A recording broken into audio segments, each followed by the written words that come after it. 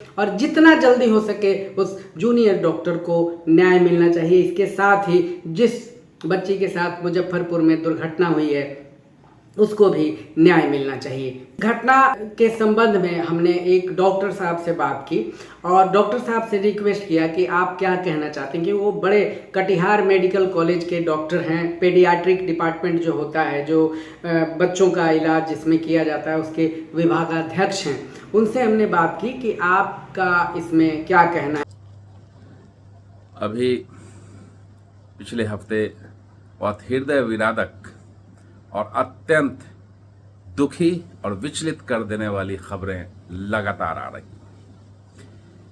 एक RG car medical college में एक पीजी ट्रेनिंग कर रही महिला छात्रा, उसकी हत्या, उससे पहले गैंगरेप।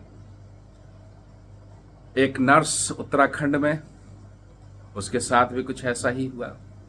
और बिहार के मुजफ्फरपुर में एक 9वीं क्लास की 14 साल की दलित छात्रा के साथ भी बहुत ही गंदे तरीके से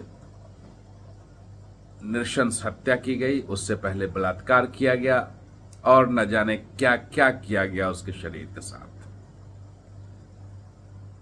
महत्वपूर्ण बात यह है कि बेटियां तो बेटियां हैं, बेटी किसी की भी हो, भारत की बेटी है, हमारी बेटी है, आपकी बेटी है, कलकत्ता की बेटी हो कि उत्तराखंड की बेटी हो कि मुजफ्फरपुर की बेटी हो, ये हम सब की जिम्मेदारी है। और जिम्मेदारी का बोध सरकार को होना चाहिए, समाज को होना चाहिए। सरकार समाज पे और समाज सरकार पर इसे थोपे, इससे इसमें कोई सुधार होने को नहीं है। हम सबको अपनी अपनी जिम्मेदारी निभानी होगी और सरकार से पुरजोर मांग करनी होगी।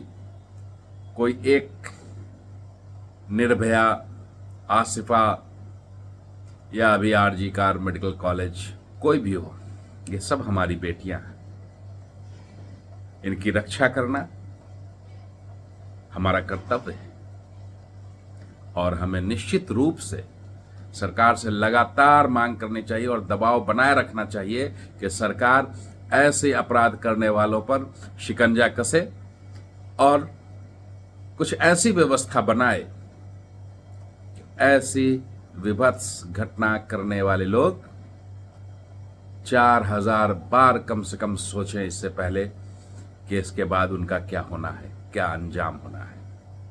और हमें एक समाज के रूप में, एक माँ बाप के रूप में अपने बच्चों को, अपने बेटों को भी अच्छी तरबियत देने की आवश्यकता है। दरअसल वो जो जनसुराज है उससे भी गहरे जुड़े हुए हैं।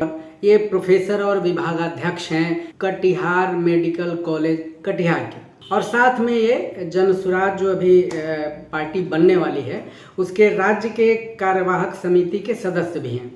और कई बार मैं बहुत गहराई से जनसुराज को फॉलो करता हूं, तो मैंने देखा है कि जनसुराज में प्रशांत किशोर के अलावा कोई भी पार्टी की तरफ से नहीं बोलता है। लोग अपने जिलों में बोल देंगे, लेकिन अपने से बोलते हैं, लेकिन वो जनसुराज के बैनर पे नहीं बोलते हैं। लेकिन डॉक्टर गाजी को मैंने देखा है कि वो जनसुराज के बैनर पे प्रशांत किशोर के सामने ही कई बार उनका मैंने भाषण देखा है। तो मुझे ये लगा कि डॉक्टर गाजी हैं, जनसुराज के मुद्दों पे बोलते रहते हैं, जनसुराज की जो कार्यप्रणाली है या क्या करना है या उसका लाभ क्या है उस पर बोलते रहते हैं।